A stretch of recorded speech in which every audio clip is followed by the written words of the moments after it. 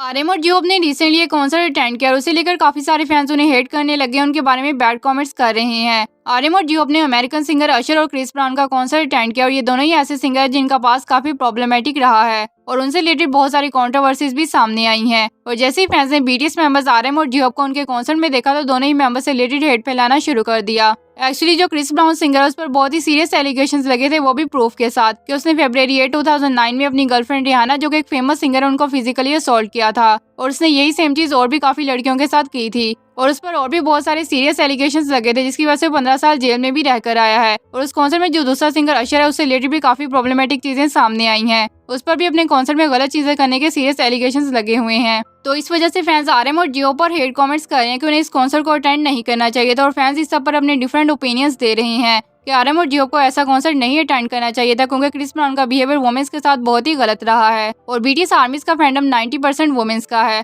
और BTS members अपने song lyrics को लेकर केयरफुल रहते हैं, मगर उन्हें अपने एक्शंस को लेकर भी केयरफुल रहना चाहिए। और इसी तरह के और भी काफी सारे डिफरेंट ओपिनियंस फैंस की तरफ से देखने को मिल रहे हैं। अगर आर्यन और जियोब ने उन सिंगर्स का कॉन्सर्ट अटेंड किया, इसका मतलब ये नहीं कि वो इन सिंगर्स को उनके गलत कामों में सपोर्ट कर रहे हैं। वो उनके म्यूजिक को लेकर उनका कॉन्सर्ट अटेंड करने गए थे, बट बीटीएस एक ग्लोबली पॉपुलर ग्रुप है, इनका एक छोटा सा एक्शन भी फैंस को इफेक्ट करता है और इस कॉन्सर्ट में दोनों मेंबर्स को देखने के बाद फैंस बीटीएस को सपोर्ट करने के डिसीजंस को लेकर क्वेश्चन कर रहे हैं और इस फैंडम को छोड़ने का बोल रहे हैं। मगर बीटीएस मेंबर्स ने हमेशा अपने म्यूजिक के थ्रू पॉजिटिव मैसेज देने का ट्राई किया और आर्यन ने भी काफी टाइम फेमिनिज्म को लेकर बात की है और अभी काफी लोग ये बोल रहे हैं कि बीटीएस मेंबर्स क्रिस ब्राउन के म्यूजिक से इंस्पायर और उनके कॉन्सर्ट्स को अटेंड कर रहे हैं। तो यहाँ पर बीटीएस मेंबर्स को उन आर्टिस्ट के पर्सनल इश्यू से लिंक नहीं कर सकते। कॉन्सर्ट अटेंड करना उनकी चॉइस हो सकता है और काफी टाइम हम भी अपनी लाइफ में गलत चॉइसेस कर लेते हैं। क्या पता आर्यन और जियोब को भी ये बात ना पता हो कि उनके इस तरह कॉन्सर्ट अटेंड करने से उनके खुद के ही फैंस उन पर हेट करने लगेंगे और वो आर्टिस्ट जिनका वो कॉन्सर्ट अटेंड करने गए हैं वो इतना प्रॉब्लमेटिक पास्ट होल्ड करते हैं। आर्यन और जियोब का कॉन्सर्ट को अटेंड करने का डिसीजन गलत हो सकता है,